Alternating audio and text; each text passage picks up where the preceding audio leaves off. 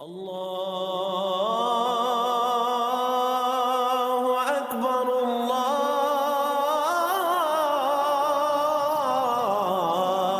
اکبر باللہ من الشیطان الرجیم بسم اللہ الرحمن الرحیم۔ فکر اقبال میں تمام ساتھیوں کو خوش آمدید کہتا ہوں۔ آج ہم بات کرتے ہیں لاہور کی عظیم ہستی داتا علی حجویری رحمۃ اللہ علیہ کی۔ ان کے بارے میں داتا علی حجویری رحمۃ اللہ علیہ کے بارے میں خواجہ معین الدین چشتی اجمیری رحمۃ اللہ علیہ فرماتے ہیں، گنج بخش فیض عالم مظہر نور خدا، یعنی کہ یہ خزانے لٹاتا ہے دنیا میں عالم میں، اور خدا کا نور ہے ناکسارا پیر کامل کاملارا رہنما۔ ناقص لوگوں کے لیے کامل پیر ہے اور کامل فقیروں کے لیے رہنما ہے۔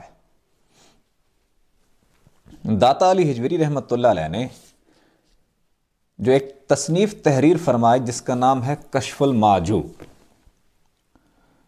بہت مایہ ناز کتاب ہے۔ اس کتاب میں جو بیسک ہے وہ تصوف کے اوپر ہے۔ تصوف کیا ہے؟ تصوف بیسکلی علم باطن ہے، ایک علم ظاہر ہے، ایک احکام ظاہر ہیں جیسا کہ موسیٰ علیہ السلام کو ملے، اور ایک ہیں جو احکام باطن ہیں وہ خضر علیہ السلام کو ملے، وہ باطنی علم ہے، اور اس کے اشارے قرآن پاک میں بھی ہیں۔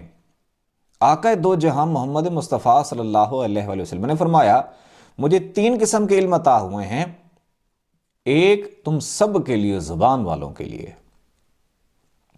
ایک تم میں سے چند لوگوں کے لیے دل والوں کے لیے، اور ایک میری ذات کے لیے آنکھ والوں کے لیے، آگے جسے چاہوں عطا کروں۔ ابو ہریرہ رضی اللہ تعالیٰ عنہ آپ فرماتے ہیں حضور سے 2 قسم کے علم عطا ہوئے ہیں، ایک تمہیں بتا دیا ہے، دوسرا بتاؤں تو تم مجھے قتل کر دو۔ اور اسی چیز کی وضاحت جب ہم دیکھتے ہیں قرآن پاک میں موسیٰ علیہ السلام اور خضر علیہ السلام سے ملتی ہے۔ اسی طرح جو علم جلال الدین رومی رحمۃ اللہ علیہ کے پاس تھا پہلے دور میں، بیعت ہونے سے پہلے، فقیری لائن میں آنے سے پہلے، شاہ شمس کی صحبت میں آنے سے پہلے، وہ علم اور تھا، وہ علم ظاہر تھا، اور شاہ شمس کے پاس، آپ کے پاس علم باطن تھا۔ داتا علی حجویری رحمۃ اللہ علیہ جو تصوف کے اوپر جو یہ تصنیف تحریر فرمائی ہے، یہ بیسکلی علم باطن ہے، اور علم باطن کی ایک جھلک ہے۔ اس میں قلب کا، تصفیہ قلب کا اور تزکیہ نفس کا آپ نے پروسیس بتایا ہے۔ اس میں مختلف جتنے بھی وضاحت ہے قرآن پاک میں کہ قلب سلیم، قلب منیب، قلب شہید، نفس امارہ، لوامہ، ملہمہ، مطمئنہ، نفس کی ڈیفینیشن کیا ہے قرآن پاک سے انہوں نے ثابت کیا ہے۔ یہ کیا ہے؟ علم باطن ہے، اور علم باطن کیا ہے؟ علم لدنی ہے، اور علم لدنی کے اوپر ہم تفصیل سے بات کر چکے ہیں۔ داتا علی حجویری رحمۃ اللہ علیہ نے اس وقت کے جتنے پیاسے لوگ تھے علم لدنی کے، اس کے مطابق ایک جھلک اس تصنیف میں تحریر فرما دی ہے۔ میں نے آج کے دور میں دیکھا ہے بہت سے لوگ اس تصنیف کو پڑھتے ہیں۔ میرے ایک دوست ہیں، وہ کرمنل لائر ہیں، ٹاپ کے لائر ہیں۔ ان کے گھر گیا تو یہ تصنیف پڑھی ہوئی تھی، تو میں نے پوچھا یہ تصنیف آپ نے، یہ کتاب آپ نے پڑھی ہے؟ تو کہتے ہیں پڑھ تو چکا ہوں تصوف کے اوپر، لیکن سمجھ نہیں آئی۔ اسی طرح لوگ ابن عربی رحمۃ اللہ علیہ ان کی تصنیف پڑھتے ہیں، حضرت سخی سلطان باہو رحمۃ اللہ علیہ کی تصانیف پڑھتے ہیں، سمجھ نہیں آتی جو تصوف کے اوپر ہیں، کیونکہ تصوف بیسکلی علم باطن ہے، اور علم باطن علم لدنی ہے، اور یہ ایسے سمجھ نہیں آتا۔ یہ کس طرح سمجھ آتا ہے؟ حضرت سخی سلطان باہو رحمۃ اللہ علیہ فرماتے ہیں، عارف دیگل عارف جانے کی جاڑن نفسانی ہو، فقیر کی بات فقیر سمجھ سکتا ہے، دوسرا کوئی نہیں سمجھ سکتا۔ فقیر کی بات سمجھنے کے لیے قرآن کے جو اصلی روح ہے، حقیقت ہے، اس تک پہنچنے کے لیے کس چیز کی ضرورت ہے؟ ایک ایسی کسوٹی کی ضرورت ہے جو ہمارے دل میں ہو اور وہ اس چیز کی پہچان کر لے۔ سورہ توبہ میں اللہ تعالیٰ فرماتے ہیں تمہارے دل میں کسوٹی پیدا کر دوں گا، حق اور باطل کی پہچان کر پاؤ گے۔ وہ کسوٹی کیا ہے؟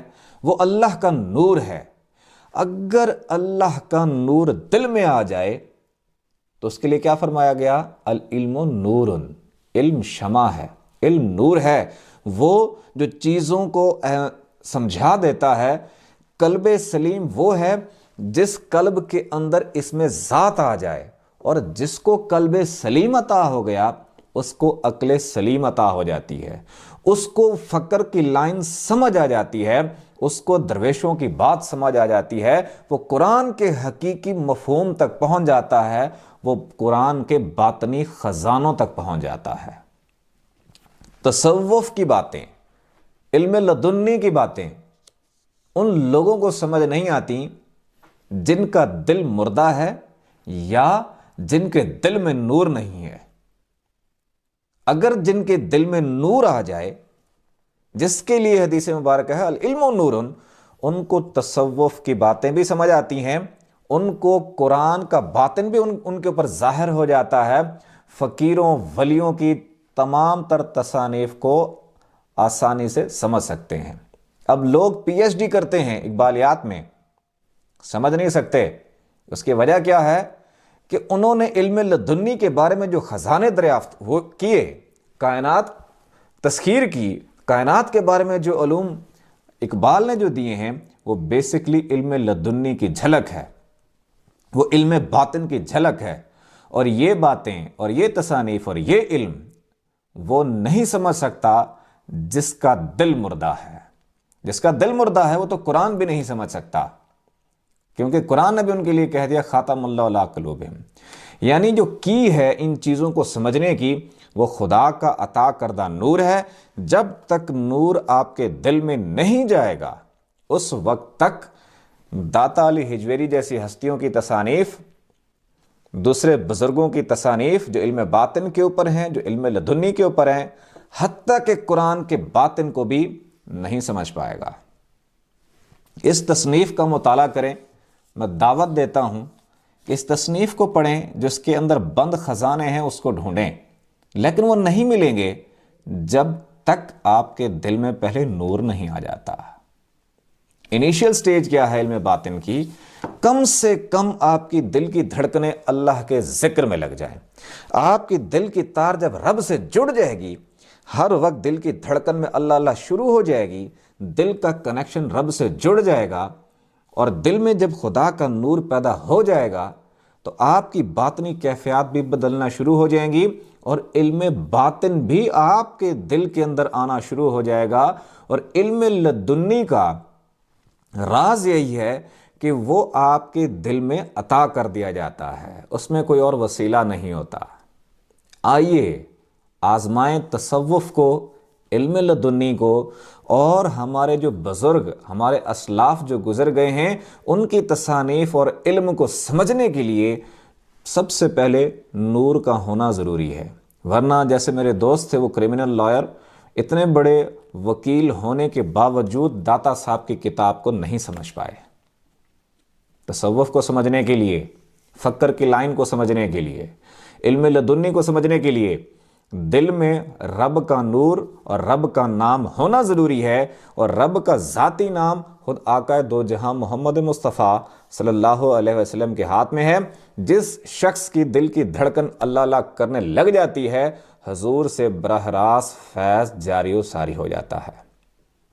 آزما کر دیکھیں، ذکر قلب کریں، اور اپنے جو اسلاف کا علم ہے، جو علم کے موتی ہیں، ان کو بھی آزما کر دیکھیں۔